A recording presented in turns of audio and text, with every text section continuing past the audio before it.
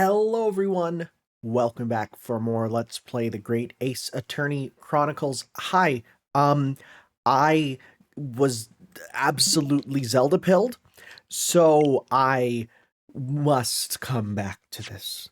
I may need a quick refresher on some of the evidence that we got. There was the debt, there was the murder weapon. Yes, I shouldn't have stopped in the middle. I still don't trust you. I still don't trust you, Lady First. Bruce Fairplay. Beppo. Is it a Beppo? Going off. So, Lord Van Zykes, continue to substantiate the case for the prosecution, if you please. Will he ever sip it, is the question. Or is he the type to smell and then spit it out? Yeah, no, he's just a smeller. Oh! Well, that's a waste. It's also supremely cool. Having savored the rich aroma of the carmine contents of this hollowed chalice, it may seem crass to crush it to dust. Pray, forgive the discourtesy. Lord Van Zykes! Is it cold in here, or is it just me? As your antiquated tone no doubt says, the prosecution may not speak during a summation examination, so I honored a deathly silence and listened to the charade. It seems I overestimated the intelligence of the jury. Yeah, pro tip, when dealing with the common public, never assume they're smart, always assume they are stupid. Oh, I gotta remember all their voices. Well, no matter. There is nothing so hard to prove as a self-evident truth, it would seem. No. And why else would we grace the courtroom with our presence after all? So, let us proceed to the next round of battle. Oh, frick. He did the Yakuza. Bring forth the witnesses once more. It was kind of cool. It was kind of really cool. It was kind of awesome.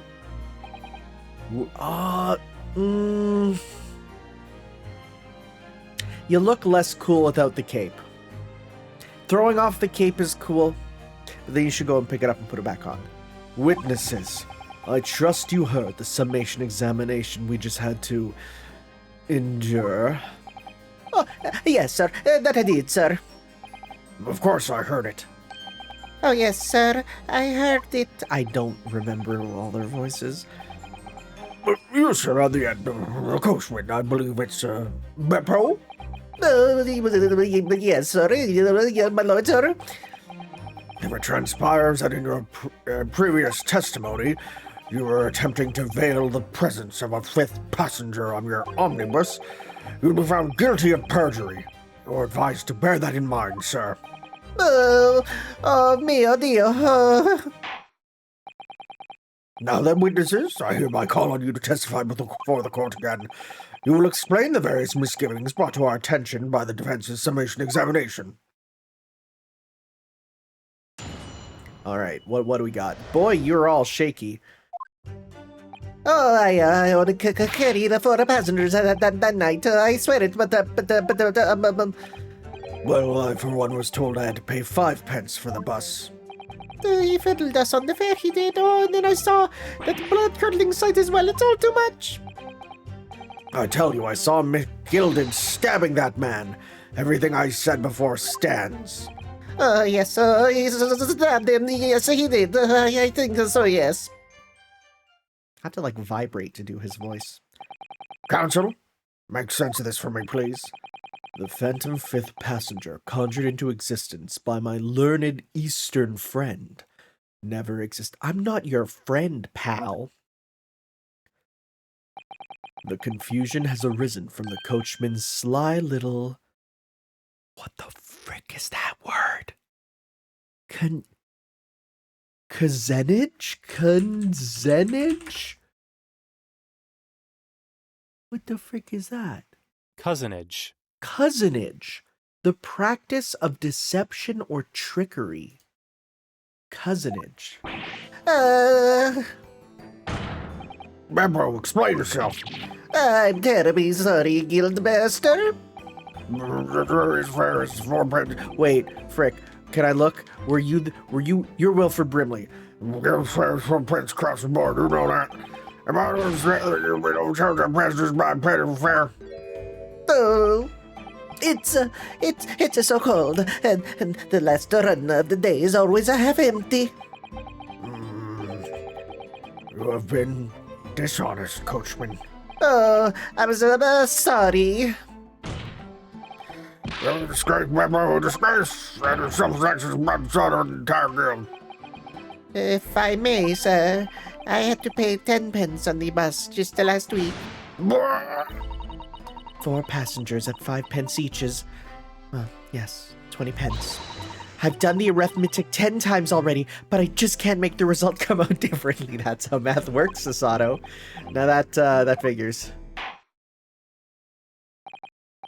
Well, it would appear that one of the aforementioned misgivings has already been explained. So, counsel for the defense, or cross-examination, if you please. We've already had the pleasure of a protracted summation examination today. I see you intend to continue the parlor games. The frick's a parlor? Absolutely! He says it with zero confidence. There's misgivings, alright. I only carried the 4 passengers, that's what I swear. But Okay, tell me more. So, there were only 4 passengers on your carriage, but you didn't charge them the standard 4 pence fare. Is that right? It's impossible to make the last run of the day pay. I was so cold. It was all I could do to stop myself from passing out. I'm getting... Stop with the dictionaries. Stop. What the frick? Chilblain? What is that? Chilblains is a condition that causes inflamed, swollen patches and blistering on the hands and feet. Do I dare go to Google Images? Don't go to Google Images! That was a mistake! Don't go to Google Images! Why would I do that? I knew it was gonna be there. It was terrible, so I wanted to give myself a pat on the back for even keeping the bus running. Oh. Doesn't it the coachman deserve an extra penny per passenger? You're digging a deeper hole for yourself here. If only there had been a 5th passenger on the omnibus that night, then we would have had another suspect. I mean, we still could have snuck on if they were in that little compartment there. Well, I, for one, was told I had to pay 5 pence for the bus. Really? Does that mean everyone on board that night paid 5 pence instead of 4? Well, I paid 5 pence too, sir. And I just told you that I did. A flat fare of 5 pence plus the board. It's not something to be proud of. That so-called discrepancy my learned friend identified was nothing of the sort. Huh. Much like the phantom killer you so desperately needed, it's gone. Dead and buried. I'd have been happy if it had existed in the first place. Oh, he fiddled us down on the fare, he did, and then I saw the blood-curdling sight as well. It's all too much. Hold it! Go deeper. This blood-curdling sight, you mean the murder, I presume? Yes, sir. A loathsome sight. No one should have to witness the horror in the eyes of man the moment his life is taken. Oh, well, not exactly. Oh. I mean, I didn't actually see the exact moment the gentleman was stabbed. Oh, good gracious! Really? We have another witness who did, however. The banker has already testified to it. But Mr. First didn't actually see the point at which the victim was killed. That may turn out to be very significant. I heard the banker gent next to me took a sharp intake of breath. See, that's when I looked through the glass. That's when I saw that horrible blade poking out from his belly, all covered in blood.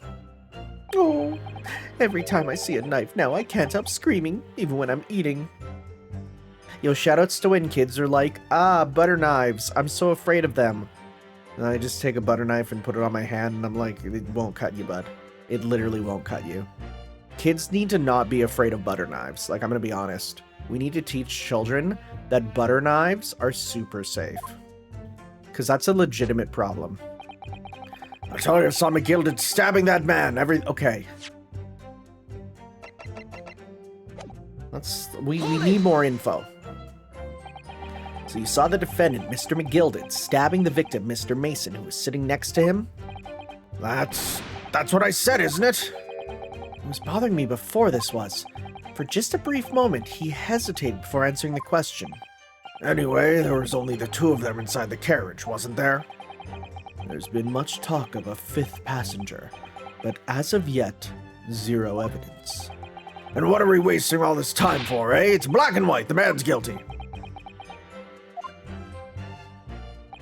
Something about Mr. Fairplay's testimony just jars with me. Wish I could work out what it was.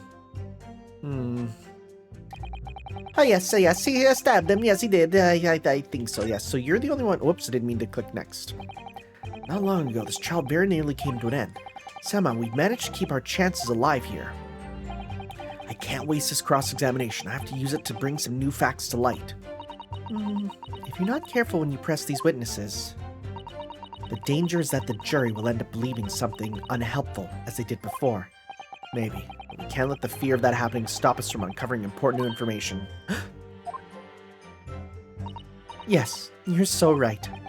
I need to pay careful attention here. I don't want to miss even a flicker of a reaction among the witnesses. Okay, so we're watching for reactions. Okay.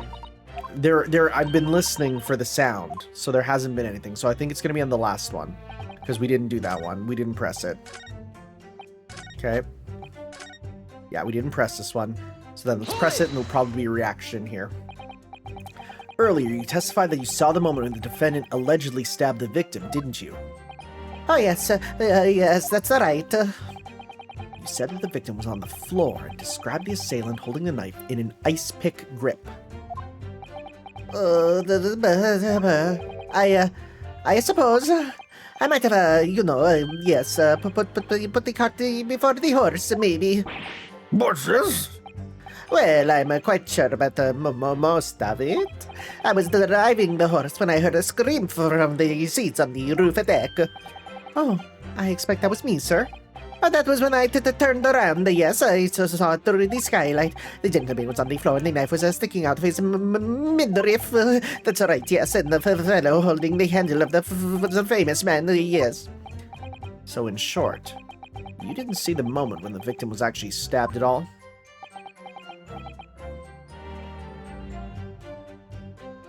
Guys, I think he died. Oh, I really thought I did, but oh, when I go over it again into my head, no, I suppose I did actually see the precise moment of the stabbing, didn't I? Whoa, Struth. My man popped a Struth. Hello, sir? I'm gonna pursue you. Excuse me. Do you have something to say about that, Mr. Fairplay? Now you listen to me. I know what you're thinking. He didn't really see the exact moment the fellow was stabbed. What are the chances of that? Huh? Are you asking me or telling me? He's getting flustered. I might be able to extract some new information from him if I answer him cleverly. Could he have just happened to see the exact moment the crime was committed? Some days are just like that. Nah, there's no chance. Well, it is a little hard to believe, certainly. Unless you spent your time peeping through a skylight on top of the omnibus, that is. Peeping? I'm a respectable city banker, I'll have you. Respectable banker, am I? No such thing, am I right, gamers? And I know what I saw. I remember it as clear as a Ballarat. I'm just gonna keep the dictionary open. Ballarat Day. Oh wait, if he said Struth, Ballarat is yes, Struth is an Australian thing. Is this fella Australian? Because Ballarat is a city in Australia. And Struth, I was going to say, I don't remember Struth ever being a British term. Is him being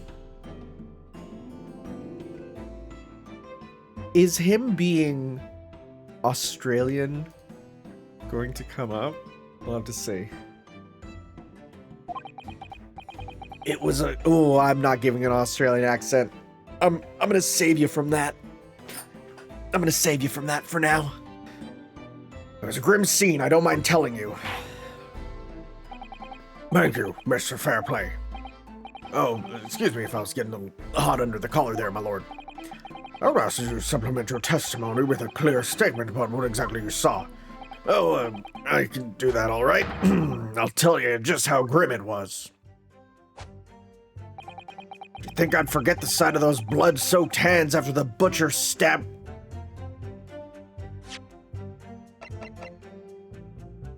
Blood-soaked hands? It's right here, bud. And they say, don't press him. So we're gonna go... Protection. Sorry, dude. Blood-soaked hands? Well, I admit that soaked might be laying it on a little thick, but anyway, there was definitely blood all over them. Both of them were covered in it. Well, I'm sorry to Oh, the hand resting on the sword. That's really good. I'm very sorry to disagree, Mr. Fairplay, but that's more than a little peculiar. What? Here are the gloves worn by the defendant, Mr. McGilded, on the night in question. Oh, yes, right. And there certainly does appear to be a sizable dark-colored stain there, but as I'm sure you can clearly see, it's only on the right-hand glove. Don't eat that. You're going to destroy your teeth, bucko. In short, Mr. Fairplay, your testimony's inconsistent. But no, that can't be right. So you're the liar here, then? Well, that's right. You were quite clear about it. You said it was in both hands. What is that thing made of? Mr. Fairplay, if your last statement was a lie, it calls your entire testimony into question. You say you saw the moment the victim was stabbed, but is that really the truth? Objection! It was a simple mistake. You can't justify accusing this man of lying. Yes, it wasn't both hands, it was only one. But the fact remains... the victim's blood was on the accused.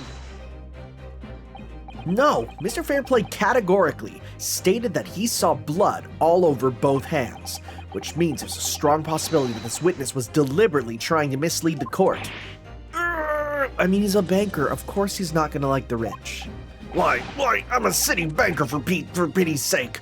My word should be the gold standard. I'm a gentleman, not some gutter snipe.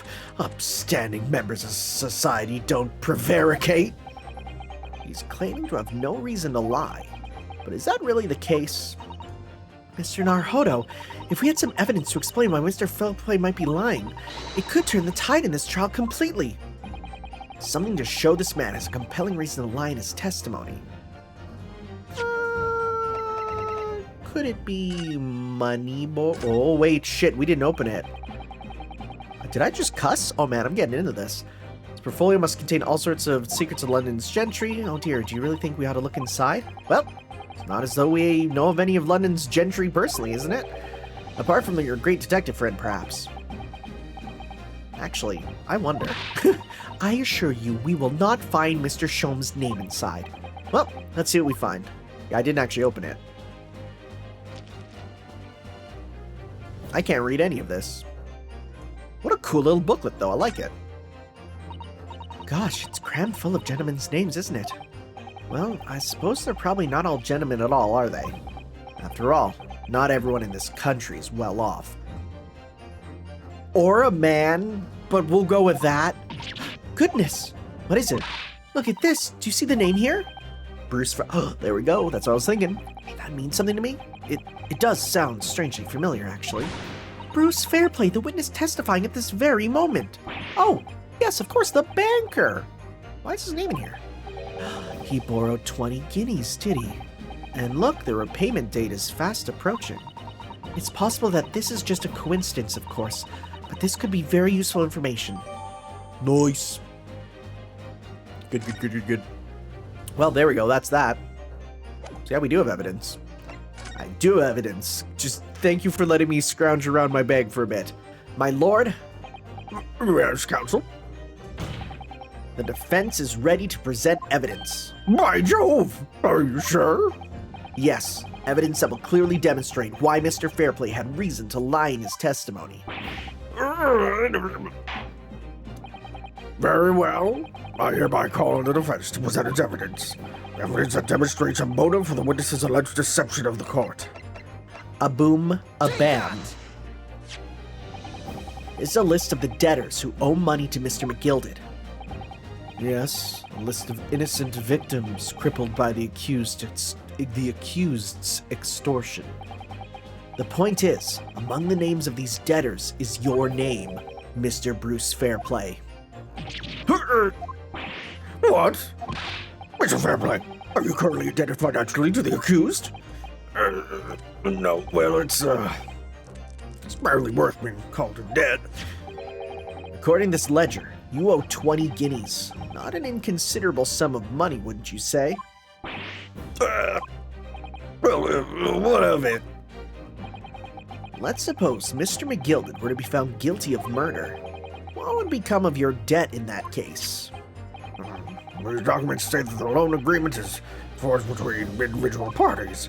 Therefore, were the creditor, the defendant here, to be sentenced to capital punishment, all outstanding debts which were owed to him would be annulled. They would cease to exist. Cease to exist?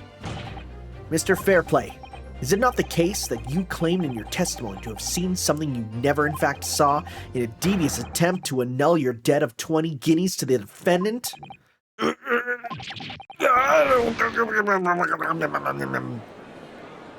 Just eating my cane. Just eating my cane. Order! Mr. Bruce Fairplay. Yes, my lord. Let me ask you again, and be aware that your answer may have the most serious implications on your future, sir.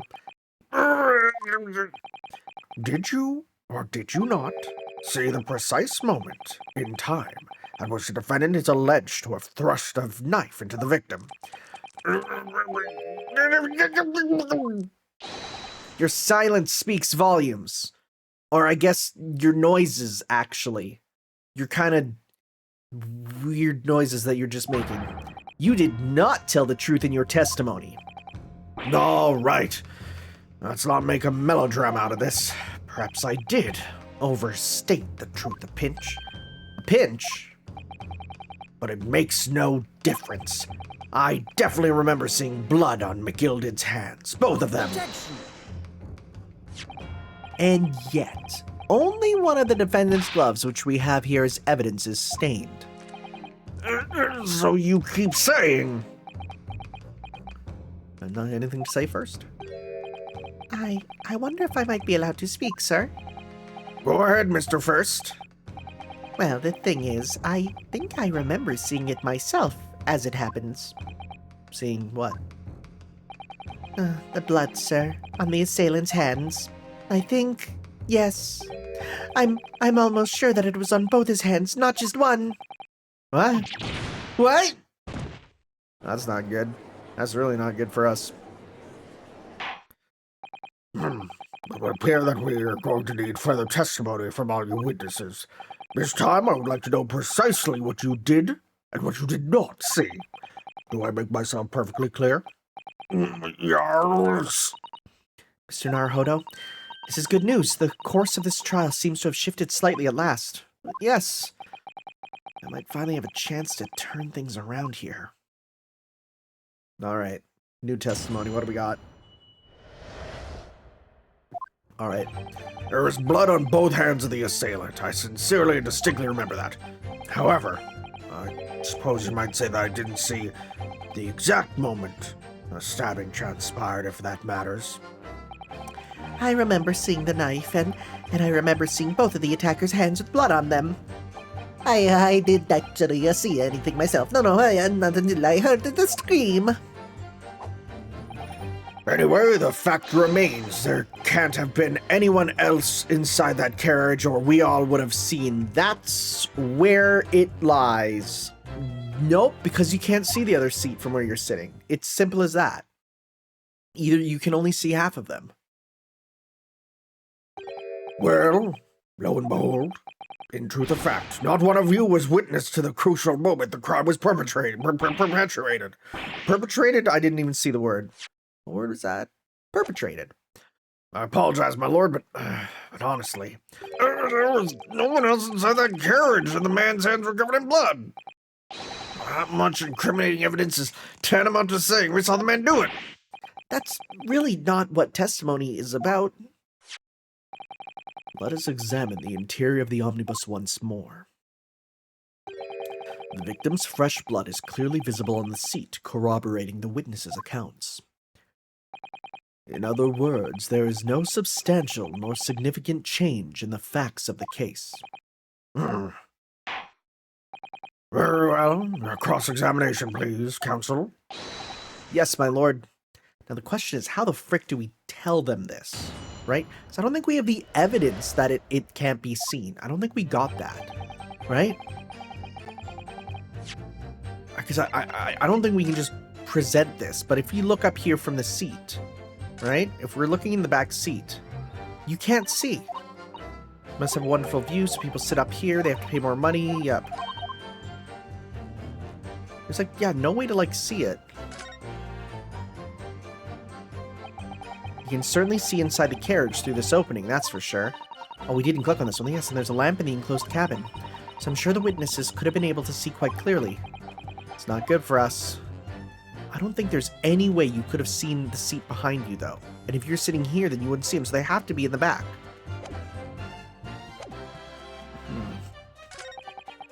Okay, well, let's press. Let's press some of these.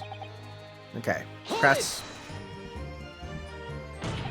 No, the evidence tells us otherwise. We have the gloves the defendant was wearing on the night in question, the court record. I'm well aware of that, sir, but nevertheless, I know what I saw and I stand by it. The man had blood on both his hands. He's defiant, even in the face of hard evidence. He's steadfastly refusing to admit that he might have been mistaken about what he saw, but why? Your reasoning is dire. Eh? One hand or two, the salient point remains unchanged. Minutes after the grim crime, the victim's blood dripped guiltily from the accused's fingers. The game was trying to say, like, don't press if you don't need to, but at the same time, I don't know if it's really going to punish us. So, we'll see. Because in other games, it doesn't. Don't try to downplay this. Whether or not you saw the exact moment of the crime is a matter of fundamental importance, as you well know. But, for crying out loud, we all know that no one else could have possibly done it. I was just trying to save us all some time. You have a loan of 20 guineas outstanding with the defendant, do you not? And you hope to release yourself from that financial burden by ensuring the defendant was found guilty? Well, that's not entirely not what I was hoping for. I just lost a little guinea or 10. I backed the wrong horse in the derby, that's all. You can always bet on Golden Week, I swear to God. I was gonna win it all back. There's a fixture in this weekend, that's for sure thing. Little guinea or 10? I'm a banker. No one bats an eye if I borrow a little spending money for the weekend. Oh. I think you may have revealed rather more about your character than you bargained for, sir. His witness's scruples are not on trial here. Proceed to the next witness. Is that really how it's supposed to work? We're just gonna let his scruples lie? I remember seeing the knife, and I remember seeing both the attacker's hands with blood on them. Just the hands, you say? Just the hands. You definitely saw that too. Blood on both hands. Yes, sir. I mean, I know what you're going to say. Only one of Mr. McGilded's gloves has any sign of blood on it. That's right. The thing is, as far as I remember, sir, when I looked down and saw McGilded sitting beside the other fellow, I don't believe he was wearing any gloves, sir. He wasn't wearing these gloves. That's correct, sir, and I saw the blood on both his bare hands quite clearly. It's true that the dark-colored stain on the dark leather gloves wouldn't have been easy to see. I should point out that the police officer who apprehended the accused on the night in question reported that there was no trace of blood on McGilded's gloved hands. There wasn't blood on his hands? This is puzzling indeed. This must be significant somehow. I'm sure of it. We're not going to add that as evidence? I didn't actually see anything myself. Hold it! So then why are you here, buddy? You didn't see anything. Oh, yes, sir. That is to say, sir. No, I didn't. Very sorry about what I said before, sir. Very sorry, yes. It was very wrong. I mean, we need to make up stories and say I saw him stab the man. Oh, wouldn't you agree, sir? I know what you're insinuating, but I certainly wasn't making up stories. Still, to say you saw nothing isn't right either, is it? Oh, no, sir. I saw nothing at all. Mr. Beppo, you were driving your horses. At the very least, you, must have enjoyed a good view of London streets, no? So you think you're a funny guy, huh? Oh, please, you didn't even see that. It was so cold that night, you see. It was all I could do to keep from passing out, sir. Yes, my head was very frozen solid, sorry to say, sir. Why do you do this job? But I mean, I guess in this time there's not much else you could do. It would seem prudent to avoid travel on the last omnibus service of London's cold winter nights. Oh, hey, now your eyes open up, buddy. All it took was being screamed at. Anyway, the fact remains, there could have been anyone else inside the carriage, or else we would have seen. I want to present this, but I'm gonna hit a save. So I want to say, like, you can't see from up there. It's not possible. I don't know if it'll work. Let's see here. Present. Let's see. Objection! The music stopped. That means we did it. Allow me to confirm one thing, Mr. Fairplay. You were riding this omnibus and witnessed the events in the cabin through the skylight in the floor of the upper deck. Is that right? That's right, yes. In that case, there's a portion of the cabin interior that would have been out of sight from you. I'm so happy it did the exact thing that I wanted. What? By golly, really? Obviously, at this stage, we can't say for sure.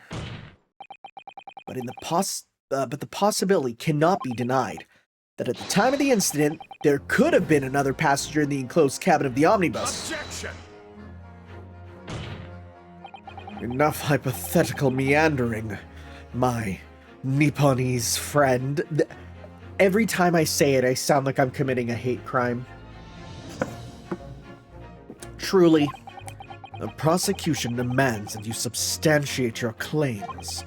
After all, the scene of the crime is here, in the flesh. That's wood. That's not flesh. Very well. I will uphold the prosecution's demand. You will identify the area on this cross-sectional plane of the omnibus. Where exactly in the omnibus are you suggesting that this potential extra passenger could be? What's right here? Right here. Because then you wouldn't see. Beppo can't see. The people up there can't see. They are actually, like, you can't look back. Maybe this person could look back and see, but as, like, if they're sitting here and they saw the stuff, yeah, right there. Both rows of seats on the roof face in the direction of travel, whereas the seats in the enclosed cabin face each other, which means the visible part of the cabin, which passengers on the roof deck can see through the skylight, is as I've drawn here. Whoa!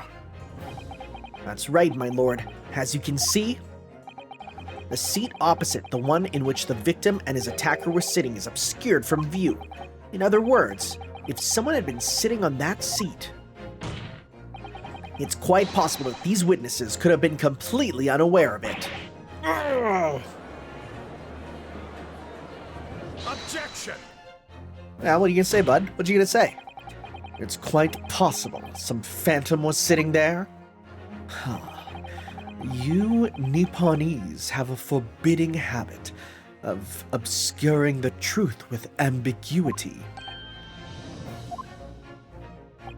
I concur with the prosecution's. What is that word? Rejoinder?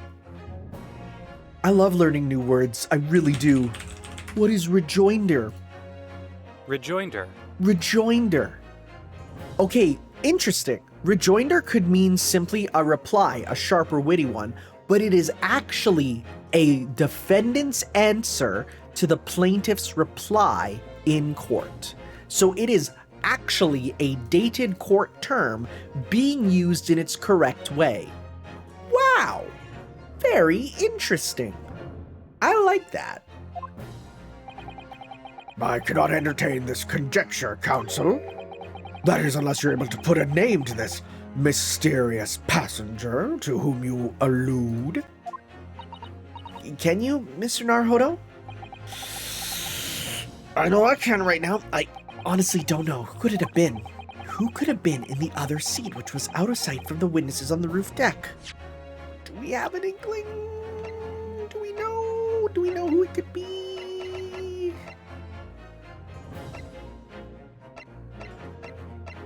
I have no idea, actually. I truly don't know, actually. I'm gonna be honest. I'm gonna say I actually don't know because there's no thing on the line. Let's see. I have no idea. I have literally no idea. But as a proud citizen of the Japanese Empire, you will look to the sky and walk on, making sure all signs of tears are gone. Go on. This isn't just a case of going on, Mrs. Sato. Can you give me a hint? Oh, all right then, I'll go on. The defense would like to put forward a name. His name is D. Real Killer. You are a fool. That response was a desperate attempt by a man who has no notion of his own limitations. A toast to hard lessons not yet learned. Let us not delay, counsel. The offense is still to name the passenger in the other seat. This could be it. This is the chance we could be waiting for and turn the trial in my favor. Do we have any evidence? Any names? We have that there. Didn't this have a name or something on it? Oh, the W, right? Or M, Magus McGilded. Okay, wait. Could be a W, no. Okay, I don't remember. Okay, so can we take it out? Part is the sheath.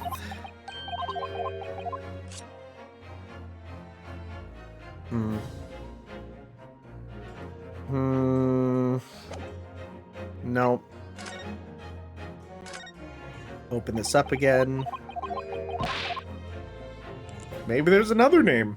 Maybe there's a person who has much more. Nope. Nothing there. Nope.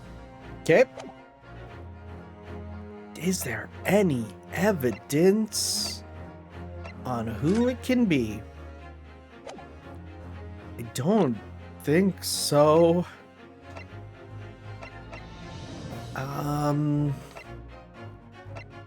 Frick. Okay. Let's see. On that night, on the night of the murder, the person occupying the seat in the omnibus cabin that was obscured from view is... Frick. Okay, let's see here.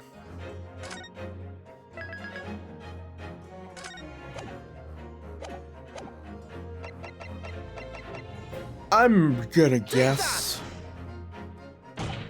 Yes, concealed in the blind spot of the cabin that night was none other than this unexpected passenger.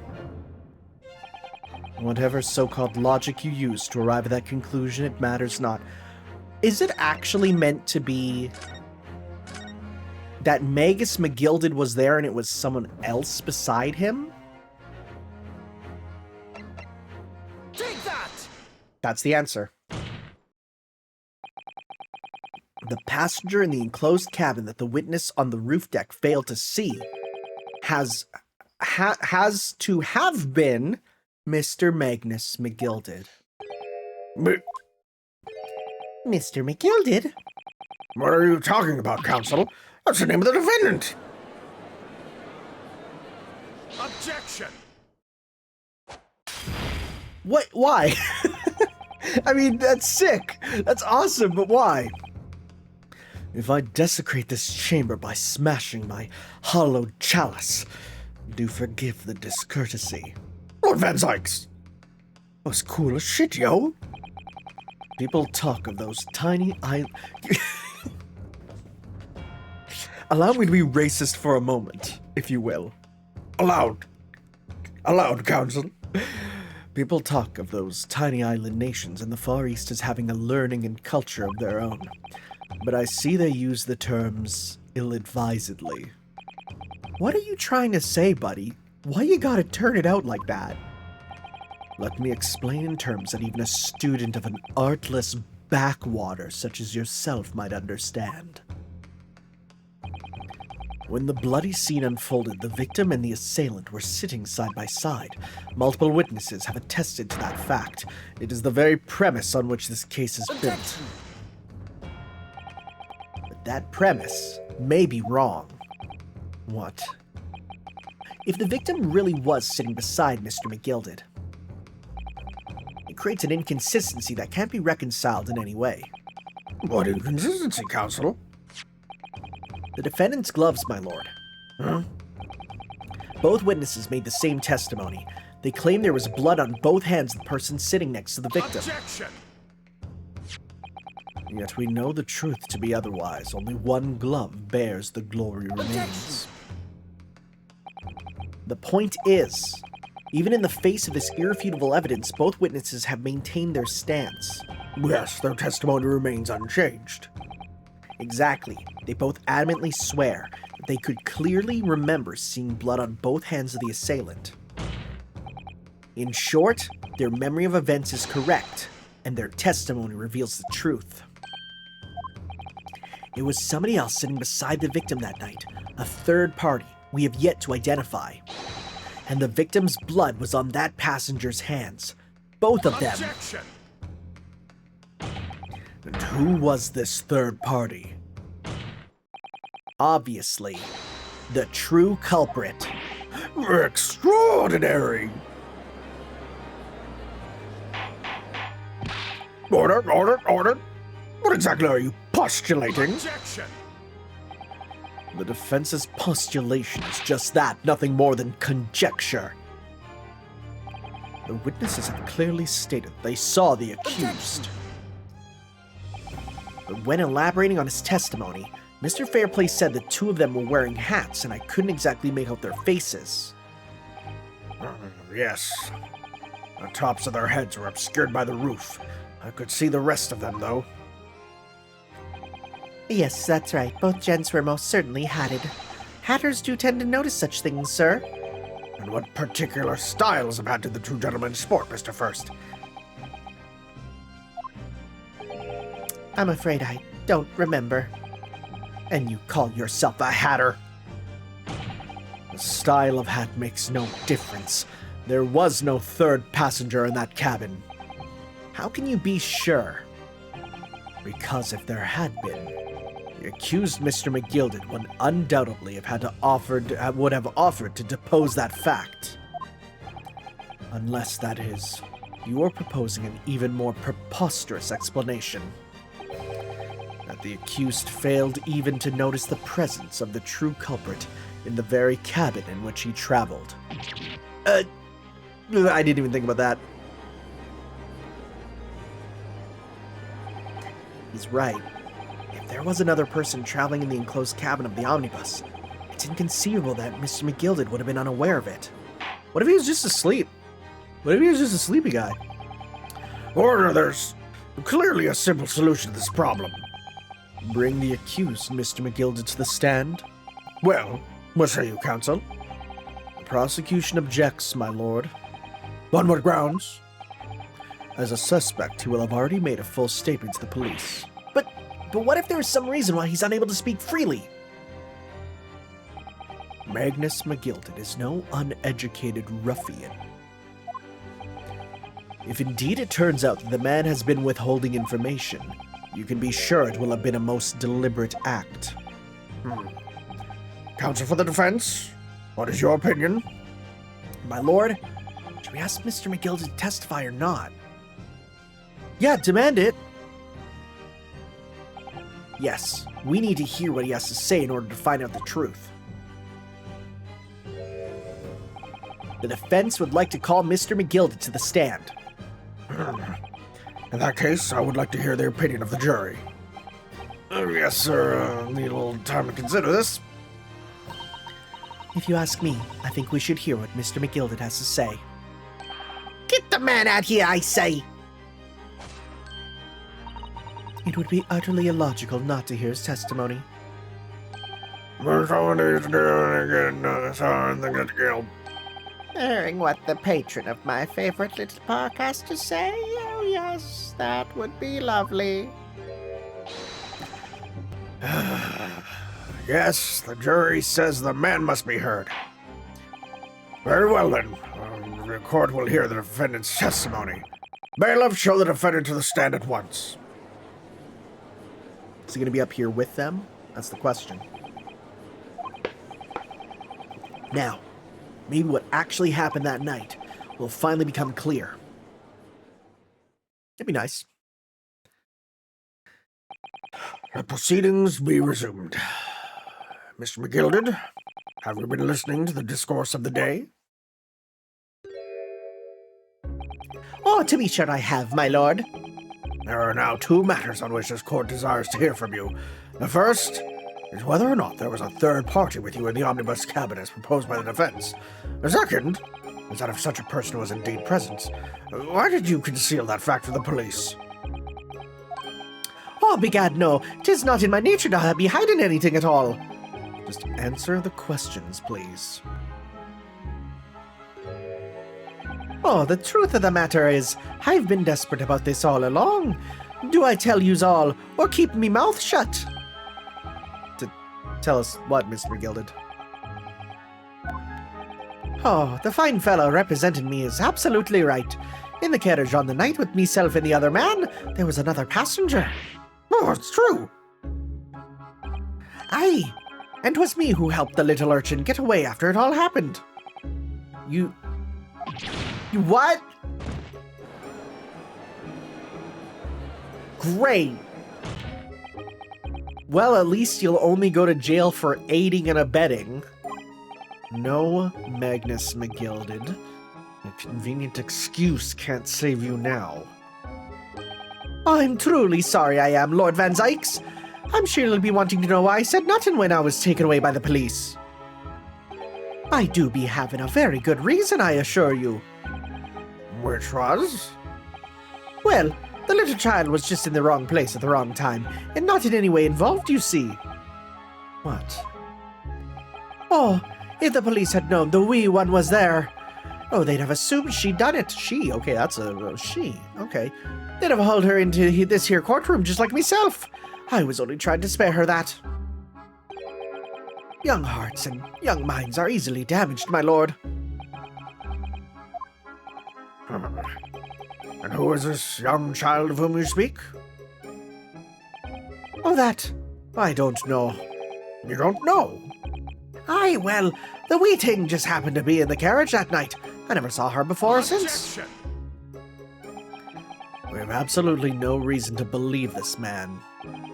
The prosecution calls for the witness's statements to be disregarded by the court. You know, I wouldn't be surprised if the urchin isn't here in this courtroom as we speak, listening to the proceedings. Please tell me that the child is just a little duende who lives in the carriage. Just a little child's like, oh, I live in the carriage. This is my life. What? Bang. Sorry. What? What? A smoke?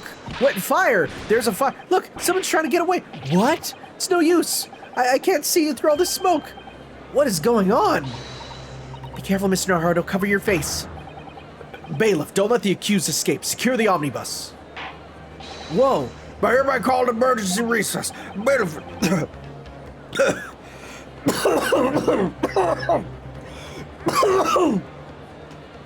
Jesus.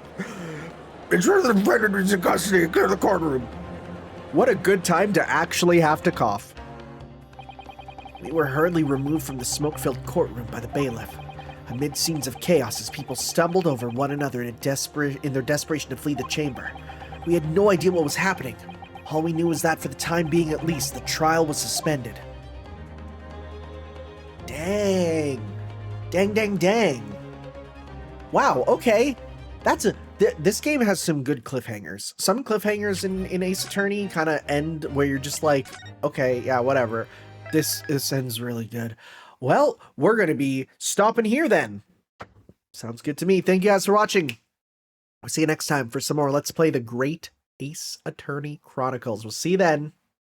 Ciao.